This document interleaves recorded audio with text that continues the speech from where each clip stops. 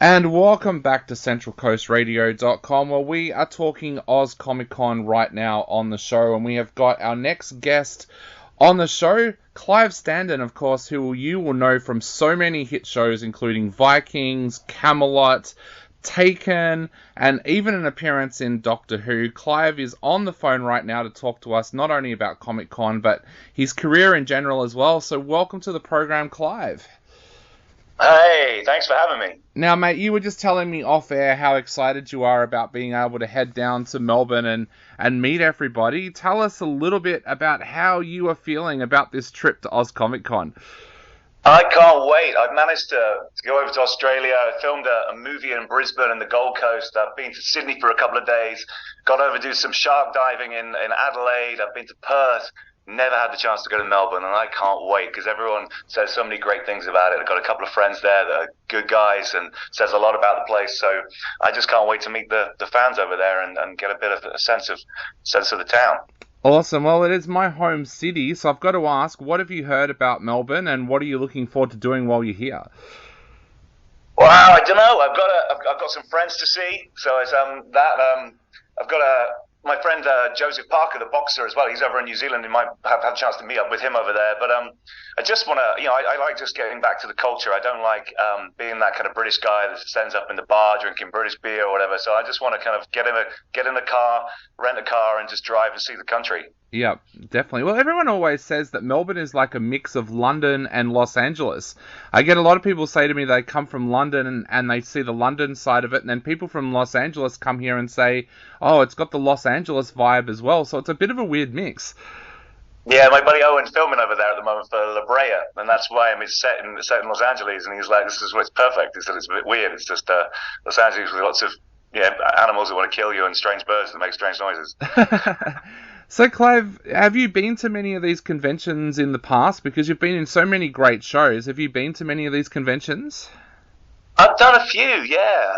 Vikings has been so good to us. We've got like a very, very loyal fan base, and it makes me so proud to be a part of the show because it's opened up this to me. It gives me a chance to come to these conventions and meet the fans, and I think it's very important to acknowledge the fact that I wouldn't even be able to be where I am right now if it wasn't for the fans that enabled Vikings to go for 6 seasons, like over 90 episodes of drama. Because every actor, every time you finish a show, even if you love it, even if it's getting great reviews, you never know if it's going to find an audience. And shows these days, they get cancelled, they get slashed when there's nothing wrong with them, just because it's about advertising sales or there's not enough viewers. And we were so lucky in Vikings to find a fan base from the beginning, and these guys have grown and been so loyal. And I just, it's my chance to actually say thank you for giving me a career. Yeah. You also got to play one of the most popular characters on Vikings as well. Tell us a little bit about that journey for you. How did that first come about for you, that role on Vikings?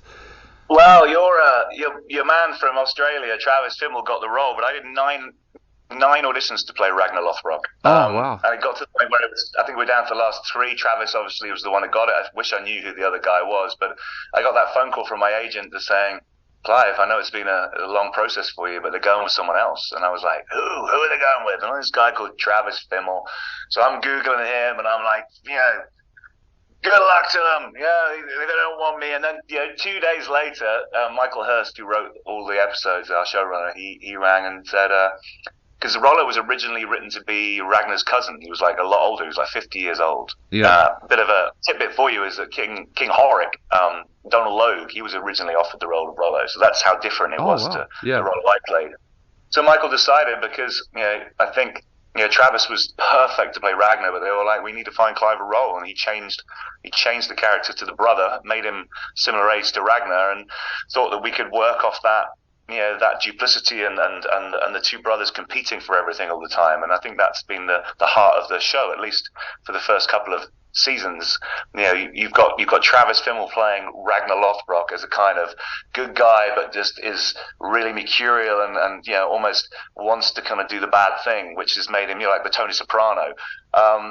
And then you've got Rollo, who actually is the bad kind of brother on paper, but he actually wants to be good. He wants to be loved. He's got lots of vulnerability. And I think that the contrast in the characters was really, something that actually Michael Hurst had figured out from the very beginning. And we were both really lucky to end up in those roles. What did that mean to you personally, knowing that they had changed that role so that you could have a part in the show? That must have made you feel pretty special and pretty proud. Oh, super proud. It was mad though, because I'm going in on day one talking to Michael Hurst and going, well, this guy in history is like the Duke of Normandy. He's a really amazing ruler, as much as all the research I've read. And you've written this really base, horrible man in episode 1, and he said, look, we're going to change this. We're gonna get this character. We're going to smash him on the floor into 1,000 pieces. And each episode, we're going to piece him together bit by bit. Episode after episode, season after season, until we end up with the Duke of Normandy. And that's been a fantastic process, because you very rarely get the chance to play a character from, the age of 28 to 64 or some whatever the age is that Rollo dies. You usually get an older actor to get recast as the older version, and Michael let me play him from the beginning till the end, which I'm chuffed about. Yeah. Now, I was talking to Lucy before, and she was talking about the fact that coming onto Vikings, it was their first time doing fight sequences and things like that, but you'd been doing stunts since you were 12 years old. Tell us a little bit about what you were doing at 12 years old, and with a stunt team, I understand. Well, my first job was working in a shoe shop, running up and down the stairs getting shoes, and it wasn't for me. And then I saw this advert in the paper to work at Sherwood Forest in a live stunt group that were doing the Tales of Robin Hood. It was around the same time that Prince of Thieves had just come out of the cinemas, so they were capitalising on the Robin Hood fame. And I was cast as Little John's son, Wolf Little, and these guys, in the age of 12, we were finishing school, going to camp out in Sherwood Forest on Friday night, waking up at 5 in the morning on Saturday, and jousting and sword fighting and climbing trees and abseiling out of trees and fighting. It was amazing. They literally would put me on a horse, tell me to hold onto the lance for dear God, and just slap the back of it. So I could have had a baptism of fire in stunts from an early age, but it's served me well in these roles now. I was going to say, I'm guessing that experience would have come in pretty handy on Vikings.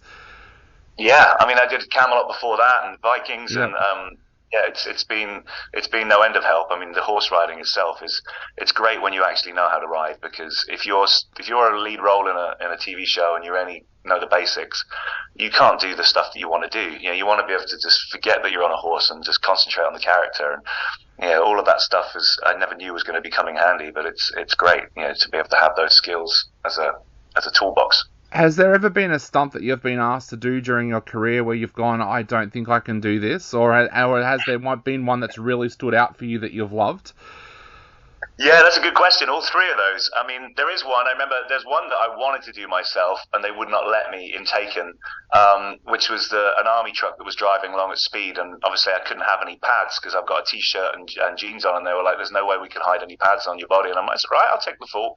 And then when I saw the stuntman actually do it on the take one, he was covered in blood and literally road rash all over his body, and I was like, yeah, I think I jumped a bullet there. Yeah.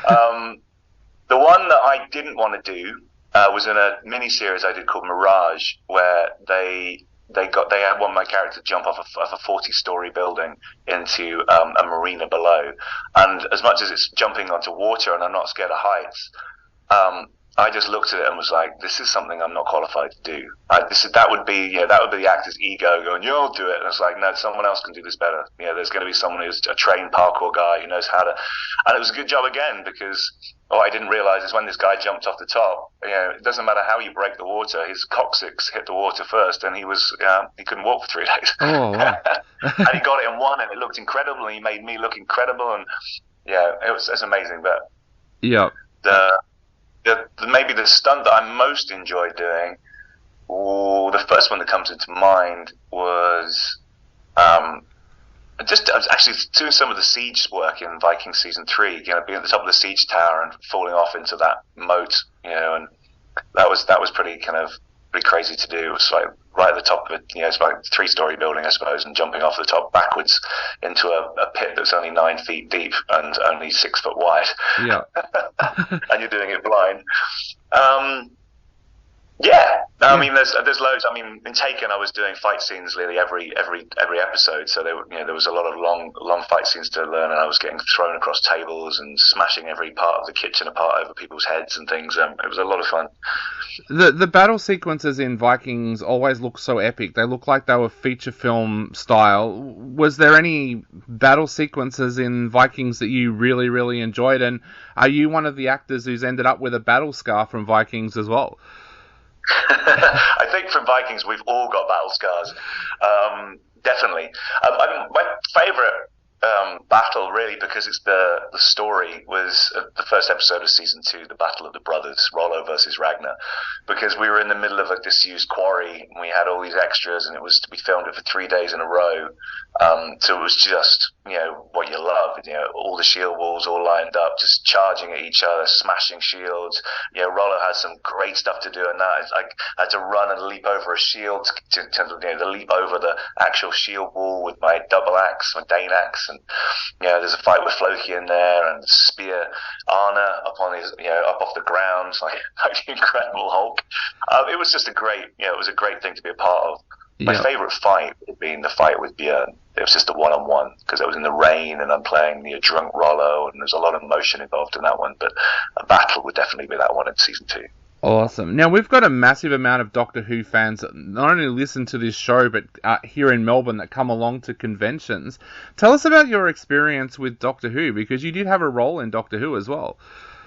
Yeah, I was originally in 2 episodes, and Russell T Davies asked me to come back in the 3rd episode because it was a parallel universe, so he wanted to bring Private Harris back, which was only a small part, but it was great to be the one person that had to announce the Doctor was dead and cause that big cliffhanger. But yeah, the being part of Doctor Who is pretty special. I mean, being from Britain, and it's, I've seen, it's funny, to go off on a tangent for a second, Lucy Martin and I were just in Wales Comic Con, and we had 3 generations of Doctor sitting at breakfast in the hotel, and that geeked my mind out. I was like, this is amazing.